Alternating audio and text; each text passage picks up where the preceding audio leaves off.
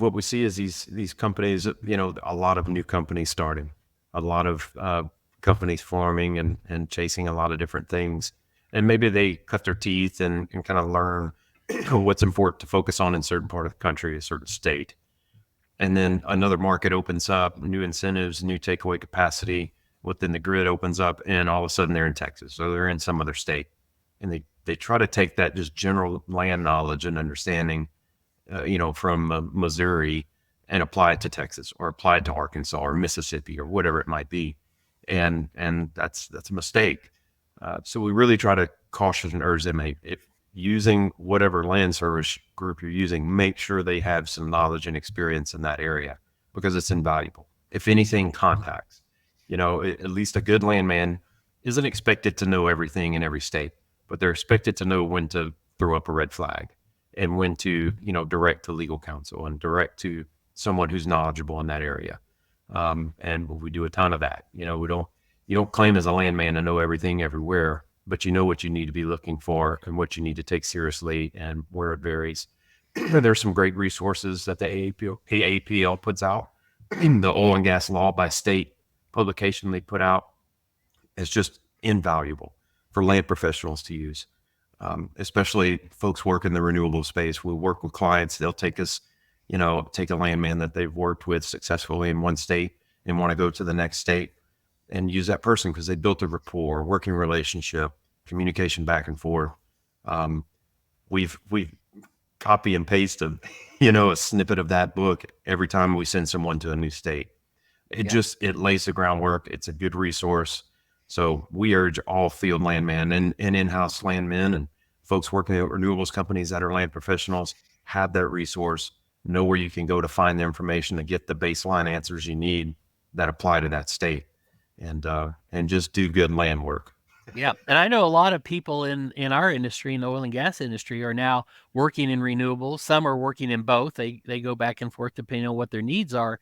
But I'm hearing some horror stories from people who have spent most of their life in petroleum land management and seeing how little attention the renewable companies, not everybody, I don't want to paint with too broad a brush, Certainly. but say a lot of these renewable companies are not taking the title issue seriously. And the landmen who have spent their careers in oil and gas, they know before you go buy a lease, you go find out who owns the land so you know who to buy the lease from. Yeah. And maybe you spend some amount of money to do a cursory amount of title to buy a lease. Then before you go drill a well, you do a whole nother level. You do even more.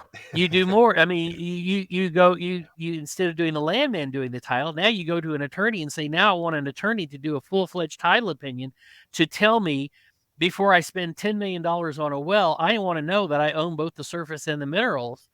And I hear these guys that are former petroleum landmen working in renewables saying these renewable companies have no concept how important it is to do a proper title search.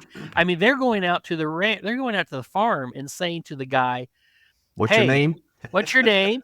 And would you like $20,000 a year for us to put a wind turbine here?" Yeah. And the problem is they're making a deal with the guy in his ranch.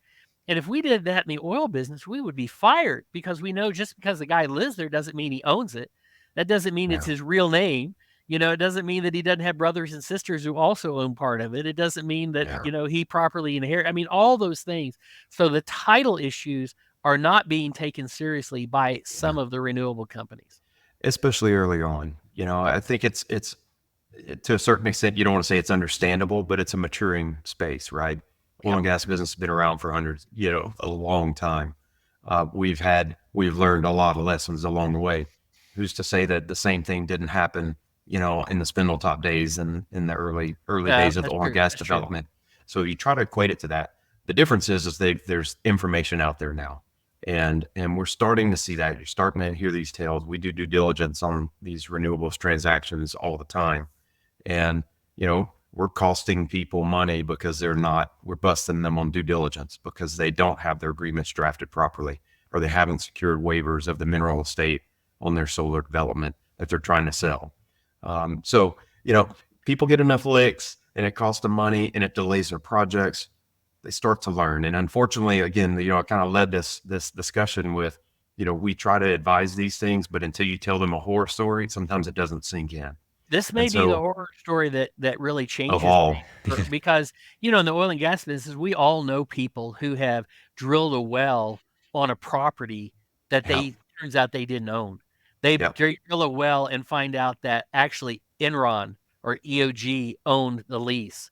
They had yeah, bought the lease before, or they bought it from the correct person. You bought the lease from the wrong person. And all of a sudden that well that you drilled a free well for somebody else.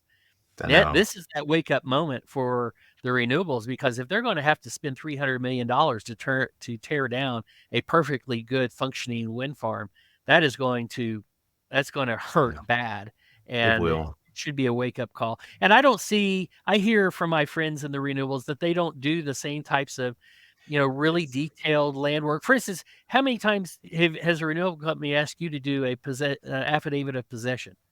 Oh yeah, it's never. It's really their understanding of what's required in title solely revolves around title insurance and underwriting, right? And unfortunately, what we've discovered and experienced is that commercial underwriters in the title insurance space deal with surface properties. They're dealing with subdivisions. They're dealing with whatever you name it, right? Any kind of commercial development.